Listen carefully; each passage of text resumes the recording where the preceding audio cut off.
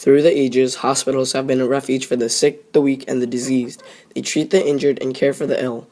The first hospital in Philadelphia was built in 1751 by Dr. Thomas Bond and Benjamin Franklin and was named Philadelphia Hospital. Now there are over 5,500 hospitals and clinics in the United States, all of them ranging from treatments of cancer to yearly checkups.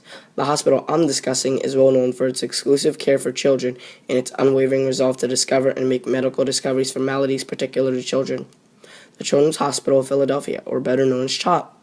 The hospital was founded in 1855 by Francis West Lewis and his colleagues T. Houston Buck and Richard Alexander Fullerton Penrose, Jr., or Ralph Penrose for short. Francis West was born on June 17, 1825, and was the son of Mordecai D. Lewis and Sarah West. Since he was young, he'd been studying medicine and worked his way to becoming a doctor. While traveling, Francis got the inspiration to build the Children's Hospital of Philadelphia after visiting the Great Ormond Street Hospital for Sick Children in London, and was motivated to build something similar and roped his companions along with him. Ever since, they've been the first to make certain pediatric breakthroughs and added to the field of medicine, such as having the first formal medical training for pediatric doctors, having the first vaccines for mumps, whooping cough, influenza, and rotavirus, and were the first to discover the cause of mononucleosis, an infection common for children between the ages of 14 to 18.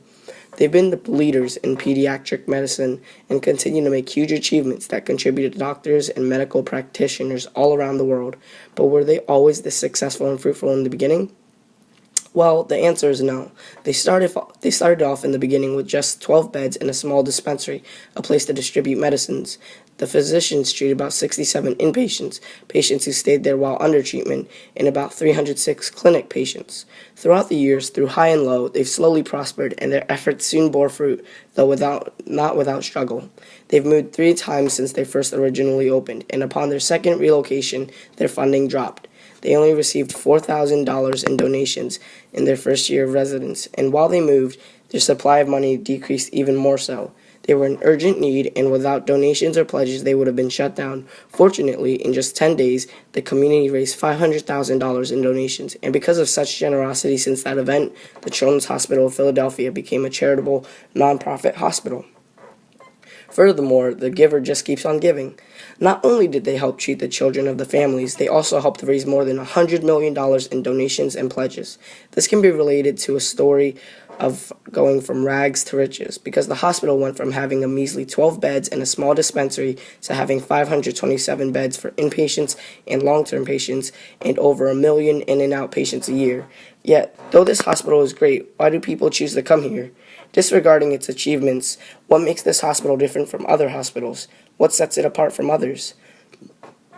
Maybe it's because of the world-class care they're known for, or maybe because they have experts in nearly every single pediatric specialty, among other things such as cancer, cardiac care, fetal medicine, orthopedics, neonatology, gastroenterology, and urology.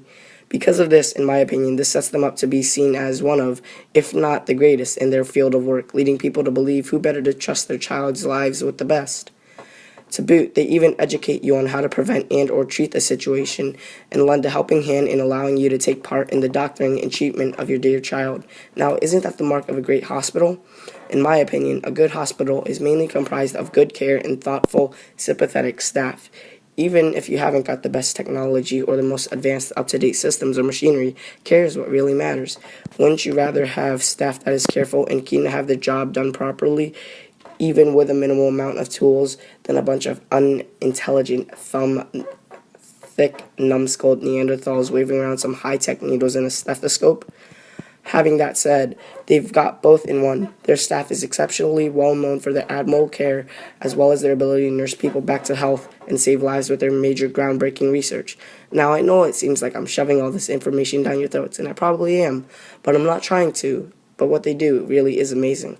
They save a great deal of lives, bring families together, and make achievements that spread across the globe, giving the fortune of life to others so they can share this right across the world. And all this is possible by their CEO, Madeline Bell, who runs the show. She was the first female CEO to be elected for the Children's Hospital of Philadelphia on July 1st, 2015. She began working in CHOP as a pediatric nurse in 1983 and later left to move into hospital administration. Soon, however, she rejoined the organization to lead home care and case management in 1995 and rose through the ranks continuously afterwards. She scaled the, as you would say, medical mountain, going from vice president to senior vice president to executive vice president, and then leading off to chief operating officer. All this familiarizes us with the fact that she's a good leader and she was right to have earned the placement CEO. Her contributions to the shop have been numerous, such as the development of the largest pediatric ambulatory network in the country with more than 50 locations, the implementation of CHOP's single-platform electronic health record, overseeing the expansion of the 4 million square foot main campus, and the development of numerous nationally recognized clinical and family-centered care programs. She also helped gain a plentiful amount of philanthropic gifts for the institution's research and supports the staff in furthering their mission of helping children all around the world with their discoveries. Bell has been an advocate for cultural change and patient safety, and this helped her secure her position for CEO from the previous CEO, Stephen M. Alschutter, as well as the Board of Trustees of the Children's Hospital of Philadelphia. She has impacted the hospital and all its branches in new yet interesting ways and interacts with the staff and the happenings of the hospital. This merits something, right?